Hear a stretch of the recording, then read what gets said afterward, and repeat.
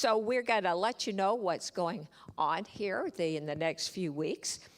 Tomorrow, Reverend Kathy Sedfield is facilitating the certificated class called Mental Equivalence, and we are also calling it the Keys to Manifesting, Getting What You Want. This is her second class that's coming up tomorrow, and the chance to sign up for this class is still available. You can still get credit. It is an in-person class for 5 weeks, and it's in Richelieu Hall, so those of you on YouTube are not necessarily able to come unless you're local already. You do not have to buy the book for the class. This is one of the newer curriculums for CSL, and they include everything and all of the paperwork. So all you have to do is show up. And then you have scholarships that are available for anyone who's got a challenge, and speak to them at the desk, and they will talk to you about that. We have a new name for our youth program, and it's called the Sunshine Kids Club. And this coming Saturday, a number of people have already signed up, and we are having a meeting for those who are choosing to invest some time next door. And we're hoping to build quite a lot of people to do this, because we want enough people so that we can have it fully staffed and really ready for all those eager families and children that are coming, but so that it also is, we're spreading the joy around. And so it's a great opportunity. If you're interested, please sign up at the desk. You're not committing to anything by signing up to come to this program on Saturday. So it starts at 12 p.m., what we're doing, so just sign up on the 18th for checking that out. And then on the evening, starting at 6 p.m., we're going to have a talent show. And it is next door in Richelieu Hall, and it, as I say, 6 p.m., and it's going to be over in the early evening. So if you're concerned about late night, this is not that. So come on down and just see people. You know, some of us may be kind of silly. So you get to see all levels and qualities of talent. This coming Sunday, speaking of talent, the choir is going to be rehearsing after the service, so you're welcome to be a part of that if you're interested. If you like to sing, then you are welcome to be here. That's who we want, people who just like to sing, because we like to have fun while we're singing. The Board of Trustees is delighted to announce that we will have a special membership meeting on Sunday, June the 2nd, after service, to vote on our new senior minister. Reverend Gregory Toole is the candidate. So a big thank you to the members of the selection committee who've worked very, very hard. I mean, meeting once a week for months and months to move this whole process forward in an orderly way. They've done a fantastic job. And so a big thank you to every one of those. Thank you very much for your work. And the Science of Mind class on Sunday morning continues at 10:15. It goes until 11:15. So if you want to do that, you have to come essentially early for service and get into that Taste of Earnest Homes that we're offering next door. It's a great class. We are also continuing to offer 2 of the book studies. We had one this morning on Zoom, and yesterday we had one at 10 o'clock there in the foyer. If it even sounds interesting to do, check at the desk and you can get more information. We're also looking for someone who will help out with the watering of plants. As it gets really hot, they need to be watered more often than just once a week. And we have people who water, but one person is not enough to get that garden watered. So one other person would be helpful. 2 more would be even more helpful. So just volunteer to go out and water plants out there. It's really, we're talking about on the parking lot side where all of those wonderful, beautiful plants are that look so wonderful as you're coming in the door. And the reminder that Memorial Day is coming up, and we will be closed on that day. That is Monday, May the 27th, and it is a holiday for everyone, so have a great time. So we have not just garden watering volunteers, we have wonderful volunteers back in the back. We have new people training all the time for different things, the bookstore, hospitality. I mean, and when these people go on vacation, then we know how much we miss them. So a big thank you to all of our volunteers. Can I hear applause for that? Even though they may not hear you, I hear you, and I'm knowing it's wonderful. So, as I often say, I step aside and give the spotlight to our speaker of the day, the Reverend Valerie Reeves. Thank you. Thank you. Oh, I'm loud. Yay, best day ever. Woo! Yes, so glad that you're here. I feel like I've been away a lot, but I was in Texas. My son's getting older and I'm not, so I don't even know how that happens. I have 3 amazing children, and my second-born happens to live in San Antonio, Texas, so I went down there and spent some time, and he was born right before Mother's Day, so we celebrated his birthday, so that is great, but I'm still caught up on the whole Mother's Day thing. How many of you are a mom? How many of you have a mom? How many of you have somebody in your life who acts like a mom? Yeah. Sometimes we adopt other people as our moms, or sometimes we adopt other people as our children in life, people that we go to and seek advice.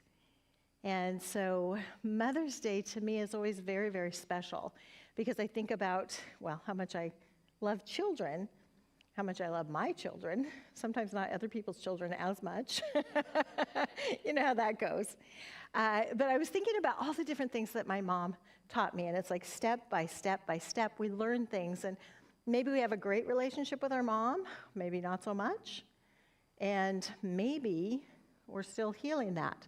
So I know it took me a lot of years, and step by step, we healed things before she made her transition.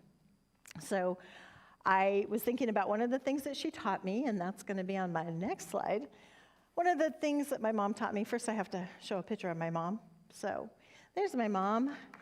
People used to say, you look just like your mom, and I'm like, stop it, I do not.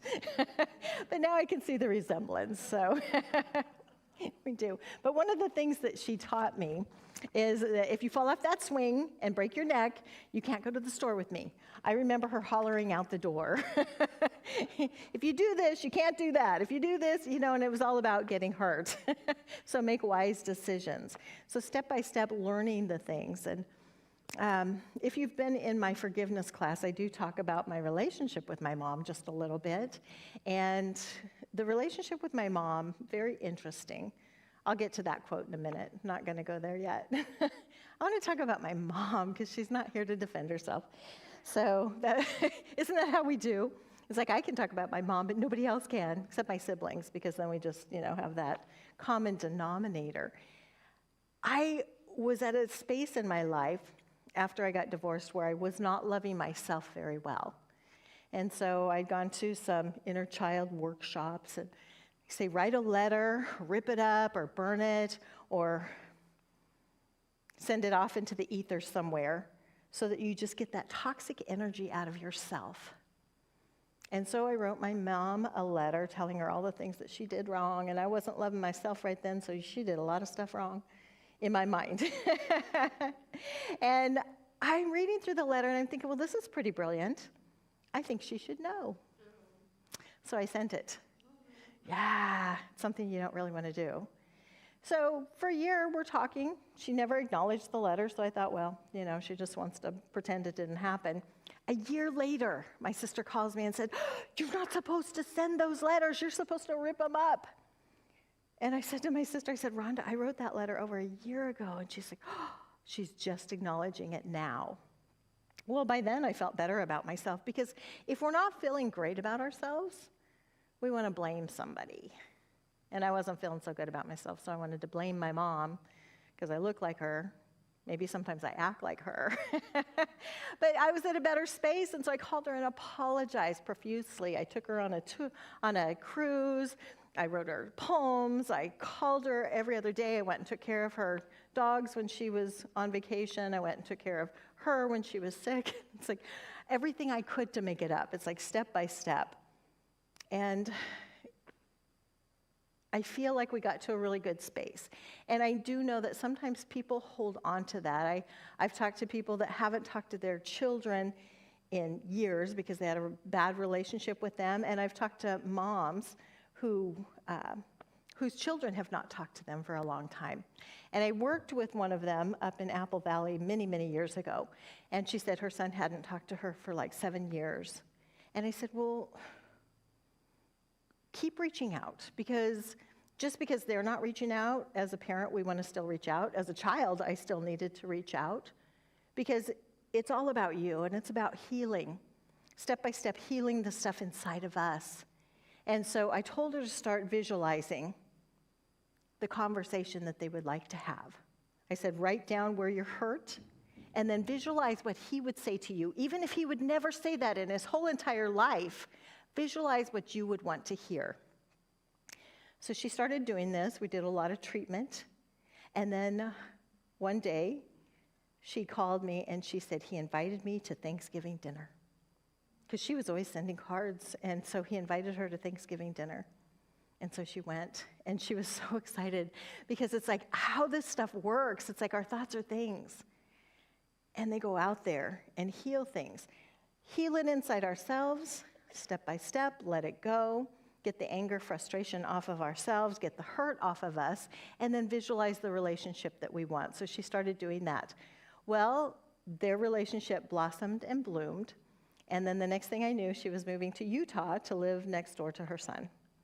She said he bought a house next door to him that I can move into, and I'm going to have the best relationship ever with him. So I'm like, yay.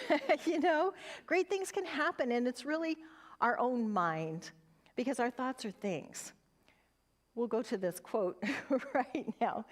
So Eric Butterworth in The Creative Life says this: there's a hidden genius in each person, which we give expression to through commitment, discipline, enthusiasm, and passion. You know, if we have that commitment, that discipline, that enthusiasm, and that passion, we have the discipline every day to visualize what we want. We have the passion to say, I want a good relationship, or I am ready for an abundant life, or I am ready for this career to work out, or whatever it is that you might be looking for, whether it be a relationship. I'm ready for my mom and I to speak and have a great relationship. I'm ready for healing with my ex-husband. I've got that, so it's all good. But having that enthusiasm that this is happening, that we step into that vibration space step by step and say, you know what?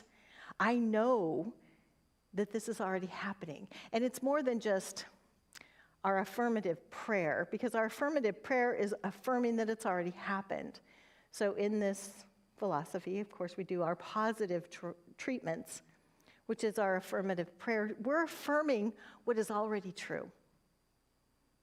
And we're not saying the prayer because we want to just throw it into our subconscious mind and hope it gets down in there. We're saying because in the ethers and in the universe and the cosmic energy, it is already true. So we step into it acting as if it is already true, it's already happening. I don't even have to question it. I do always go back to the Amazon order, put the order in, and I know it's coming. Now, sometimes I might get the wrong thing, but there's always that exchange. And so if I am affirming that it's already happening, it is happening. The universe is bringing it to me in the easiest, softest, gentlest way it can. And it's more than just hoping. That's the difference of the old-fashioned prayers. We would pray, please, please, please, God, make it happen. And it's like now we know that we are all part of that cosmic energy. So as we just step into that knowingness and just activate, you know what, the order hasn't got here yet, but it's here basically in my mind. It's here already. Let me embody it with enthusiasm. Let me just affirm that it's already happening. Wallace Wattles says this in The Secret of The Science of Getting Rich. Not The Secret, because it's not a secret. The Science of Getting Rich. Wallace Wattles says this: there's a sinking, I can speak, I really can. I'm just excited. I stepped into the enthusiasm, and so now it's like, flowing.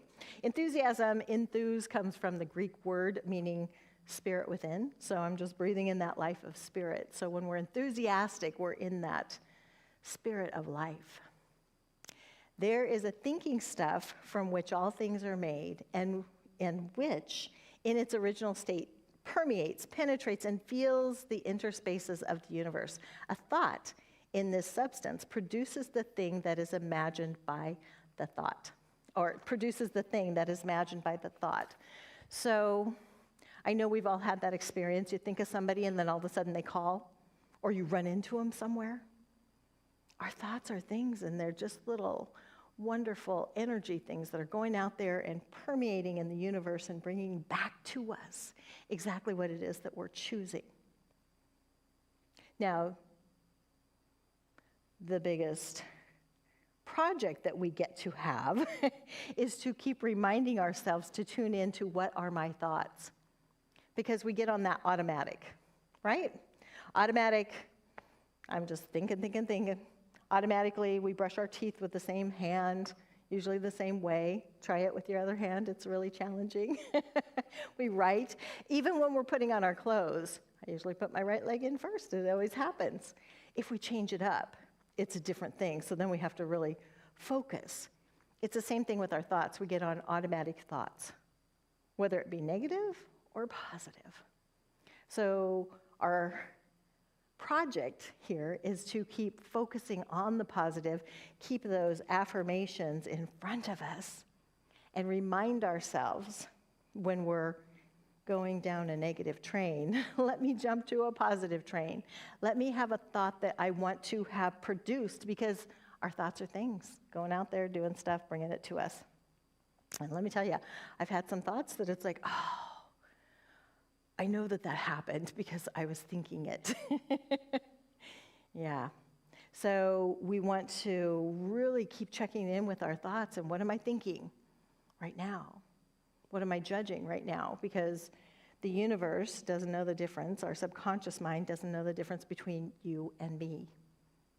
And our words are so powerful, the things that we say. I might have shared this before, but I want to share it again just because it's in my mind. Some of you know that I have done stage hypnosis. I did clinical hypnosis for a lot of years, and then I started doing stage hypnosis. And I was at a college in Nebraska, where my hometown is, Shadron, Nebraska, doing the college orientation. So they had about 350 people in the audience, and I had 24 people on stage, which is more than I usually like to have, but everybody wanted to participate. I had a lot of volunteers. I always close the show with the YMCA. When the music comes on, you become the village people, you jump up out of your seats and you inspire people to do the YMCA. I changed one word.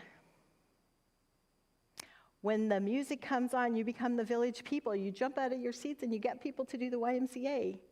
I hit the music, 24 people on stage run off stage to get people.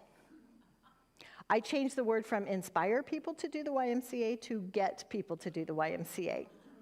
Our subconscious mind is so literal. It takes it for real, what we're saying, what we're thinking. So I had to think back, what did I say when I hit the music? Because I'd never had 24 people. I'd never had people run off the stage to get other people. So it's, our subconscious mind is so loving and kind and clear about what we're saying. So making sure that we're being clear about what we're saying about our life, about what we're doing, about what we choose. And then looking at that genius inside of us.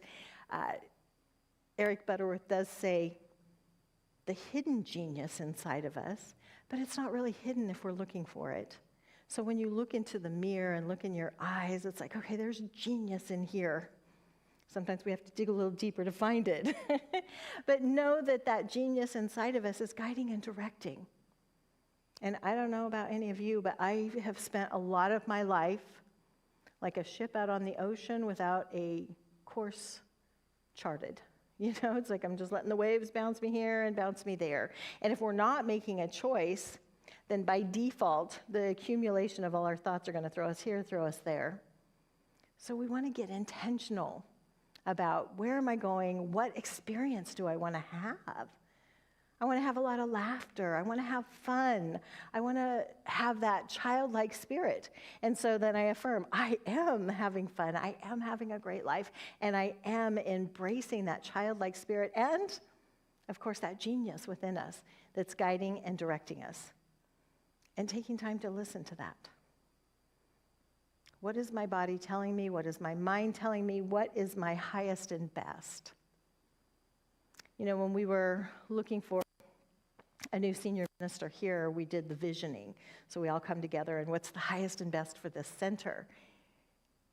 Many people will take time and do that visioning for themselves. It's one of the best things I've ever done. It's like, what is the highest and best direction for me at this time? And then we be quiet.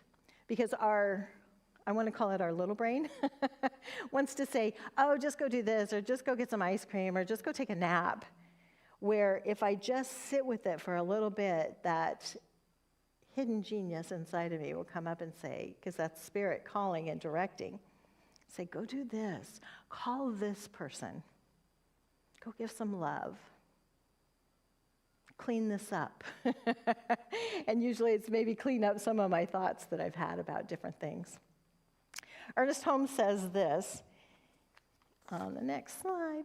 Releasing the weight of the past limiting beliefs and judgments frees us up to rise up in faith, which is mental assertion elevated to the plane of realization. So when we let go of all the things that we're holding on to, the weight of the past, the limiting beliefs, because many times we talk ourselves out of our greatness because we start listening to that little monkey mind chatter, or the advertisements out there that say we're not good enough, we're not smart enough, we don't smell right, so use this product. All the things that are out there that we can hold on to, or maybe somebody judged us when we were 2 or 5, and we held on to that, or somebody told us we couldn't dance or we couldn't sing, and we held on to that. I had to clean some things up with my oldest son. He was in 5th grade when I was at the Vista, Center for Spiritual Living, Church of Religious Science. And we decided we would do a Christmas carol. We put a fun spin on it. And he was in the play, and he had a little part where he got to be the boy that ran and got the turkey for Scrooge on the day when Scrooge finally is like, yay, and he throws him here. Here's a tip, a whole $1, yay, that was his line, I think. And he was mic'd up and nobody else was. And so he's the only one that you could hear during the singing, and so they were caroling, and we could only hear him. And I was talking to some friends, and I said, oh, he's the only one mic'd, so he's the only one you can hear, he's a little off key. Well, he took that on as, I don't know how to sing, I'm not a good singer. So years later, when I asked him why he didn't audition for a play, he said, because I can't sing. You said I couldn't. I'm like, oh, that's not what I meant. It was just a random little line that I said that he overheard, so I had to clean that up. So we cleaned it up. We worked it out. And then he got a starring role in Grease and got to play Danny and sing and did a Little Shop of Horrors and sang. So finding ways to make sure that we're building other people up while we're building ourselves up. And if we have to clean stuff up, clean it up.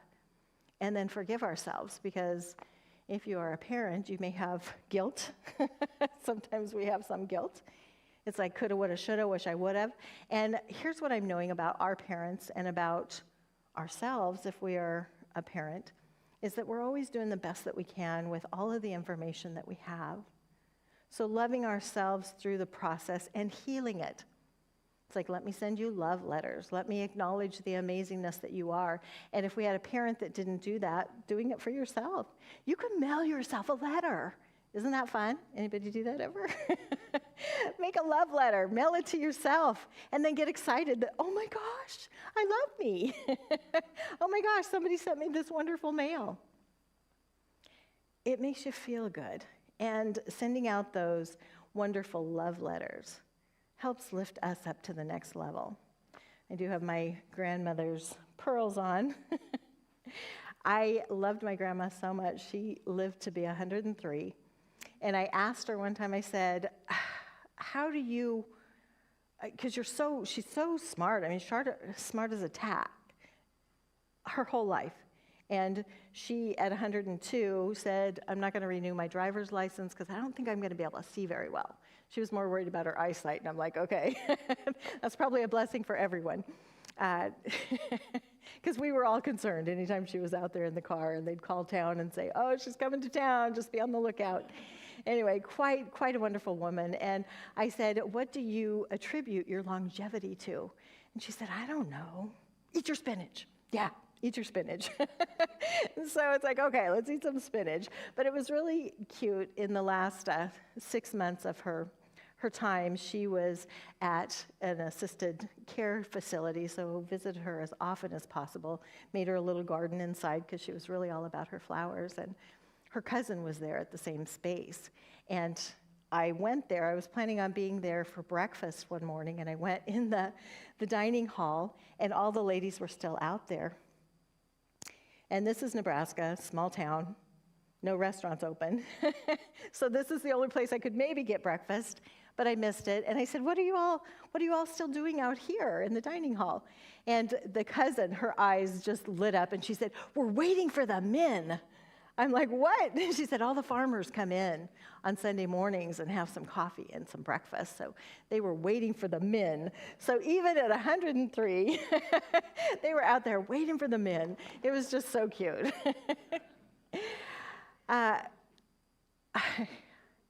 Being a mom and learning the things that I did from my grandmother, from my mother, and from my mother's mother, and knowing that everybody has different journeys, and we can forgive them if our journey was interrupted in a negative way, and let it go, not carry that weight, but just see the goodness and the love. And I always taught my children that you did choose your own parents on a spiritual level. You chose me. So you're learning as much as you can, and forgive me for the things that I did not do right. And I thought, well, what kind of mom would I be if I didn't share a picture of my children? So this is my babies when they were little. They are all a year apart from each other.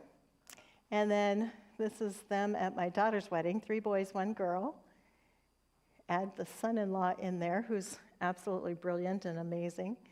And then as they all kind of get their spouses. And moving on, and now being a grandmom, which is the main reason I'm up in Apple Valley, here's my little granddaughters saying, cheers to moms. So that's our cheers. So a cheers to all of you that are moms, grandmoms, parents, friends, or just act like a mother. And so ends the lesson. I have these little things where you can write yourself a love note. It says, a mother holds her children's hands for a while and their hearts forever. Yeah. All right. So with all that, any comments, questions, words of wisdom? What's going on with, we're going to do that first. Yes. Thank you. It's been a little while since I've been here on a Wednesday. It is time for giving, knowing that we are so grateful to have this place. This is such a beautiful center. And knowing that we have the center to come together in community. So any support that you can give, if you're online, you can click a button that says donate here. And if you're here, you can share, and sharing your gifts, your talents, all of that. Let's say our giving affirmation together as Ruth is going to be our beautiful, amazing usher today, as always.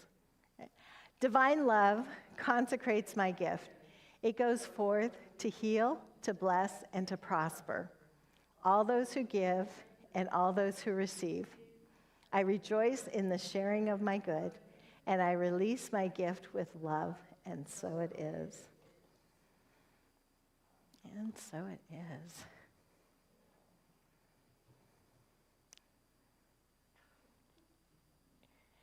I was reading some things that kids say about moms, and I read one where one little girl said, my mom is 39 and she's still alive.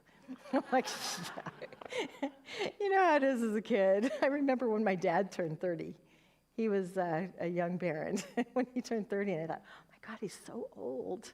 It's like, it wasn't old at all. I never really knew how old my mom was until until I grew up. Some people just don't like to share their age. So any comments or questions or words of wisdom or anything on your heart today? Elaine has something, and Vincent is coming down with a microphone so we can all hear you. Isn't that sweet? Get a nice little workout. Thank you. So when I was 14, I was very close to my grandmother because my mother was a nurse and she was always working. So I was closest to my grandmother. And I said to her when I was 14, when will I be able to date? And she says, when you're 18. Oh, no. I said, by then I'm going to be an old lady. When you're a young kid, it just seems like anything older than what you are is just old. Oh, he's going to take it back. Thank you for sharing that.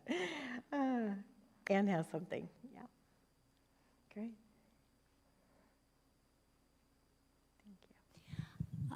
Yeah, that makes me laugh because just a little aside before I say what I really want to say.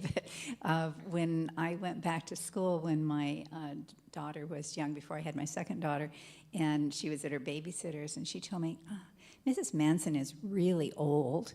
And I said, how old do you think she is? And she said, she's at least 5. I just love that. That is old.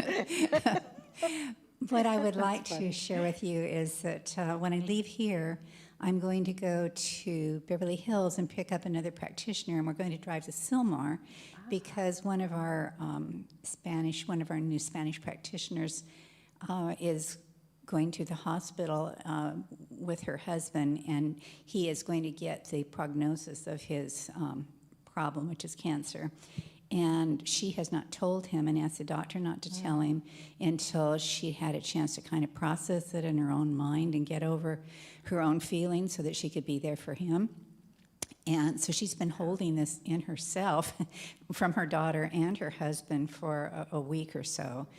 And she wants us there. She says her greatest concern is that he will become depressed. And she wants him to be able to hold on to his hope and his faith. And I would like to know that Alvin and I will be able to support her in that, and that Angel will be able to handle the news and still keep his faith and know that all is well. And as a sign, Beverly and I do the angel cards every week when we see each other. And I said last week, I don't want any more, what is it, signs and remembrances, I think, or reminders. And so I thought, because I've gotten so many, every time I get that card, I find another sign and reminder, But that day I didn't want it. And I got... expect miracles. And I thought, yeah, that's good. but today I did get a sign and reminder that I thought was so wonderful. No, not a card, but an actual, because I thought, I should take something to Angel. And I have this rock on my window, my garden window in my kitchen. And it's an actual normal rock, but it does say believe on it. And I thought, that is absolutely perfect. So I will give that, because I wanted him to have something that he could hold in his hand. And I thought, thank you, God. Beautiful. Thank you. Yes, absolutely. Knowing that it is going to be a beautiful trip and everything is handled with grace. Yeah. I happened to last night see somebody's T-shirt coming into the restaurant. And it said, pray, trust, and wait. Oh, thank you very much. I will share That's that. great. Thank you. That's great. All right, we're going to hold that knowing for you. Anyone else?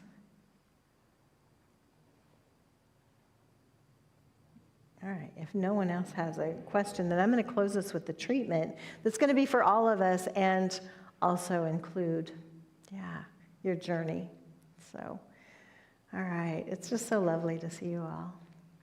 All right, let's go inside our heart of hearts, just closing our eyes to any distractions as we go within, knowing that that genius inside is guiding and directing us.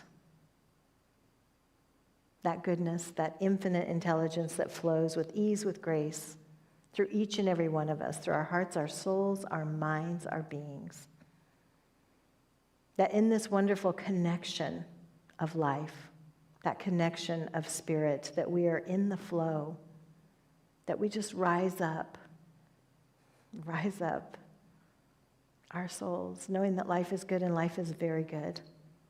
That our journey through life, like Anne's journey up north, everything is in divine alignment. Everything is held with love, peace, harmony, prosperity, goodness, health, and harmony. That we just allow that to flow through every cell in our bodies. That we just say yes, yes, yes, that we affirm it is already done. It is already clear. We are already in that knowing space that we just know that we know that we know that we know that beautiful things are unfolding right where we are. As we state it, we create it, and step by step, we step into the picture with ease, with grace, with love, with excitement. As we step to gratitude, I am so grateful for this beautiful day, for this time together, for this knowingness that life is unfolding just perfectly for each one of us. Things are always working out. And in gratitude, I just release my word into the universal action of the law, knowing all is well. And so it is. So it is. Have the best day ever. Yes. And I have one of these for all of you so that we can write ourselves a nice little love letter.